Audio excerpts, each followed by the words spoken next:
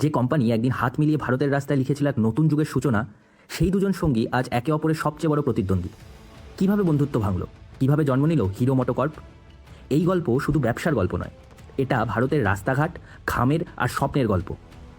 পাঞ্জাবের লুধিয়ানায় ব্রিজমোহনলাল মুঞ্জাল শুরু করলেন এক ছোট্ট সাইকেল কোম্পানি, হিরো সাইকেলস। তখন কেউ ভাবেনি এই কোম্পানি একদিন বিশ্বের অন্যতম বড় চাকার নির্মাতা হয়ে উঠবে। 1975 সালের মধ্যে হিরো হয়ে গেল ভারতের সবচেয়ে বড় সাইকেল কোম্পানি। দিনে তৈরি হয় প্রায় 16,000 সাইকেল। সারা দেশে ছড়িয়ে পড়ল তাদের ডিলার নেটওয়ার্ক।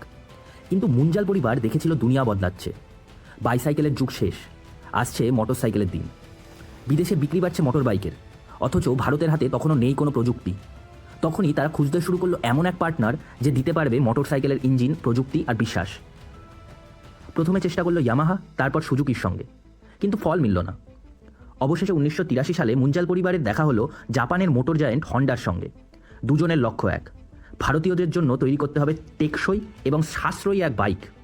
1983 সালে 10ই অক্টোবর সই হলো নতুন চুক্তি। আর পুরো ভিডিওটি দেখতে হলে আমাদের ইউটিউব চ্যানেল যুগান্তরে অবশ্যই যাবেন, সেখানে পুরো ভিডিওটি আপলোড করা আছে। ধন্যবাদ।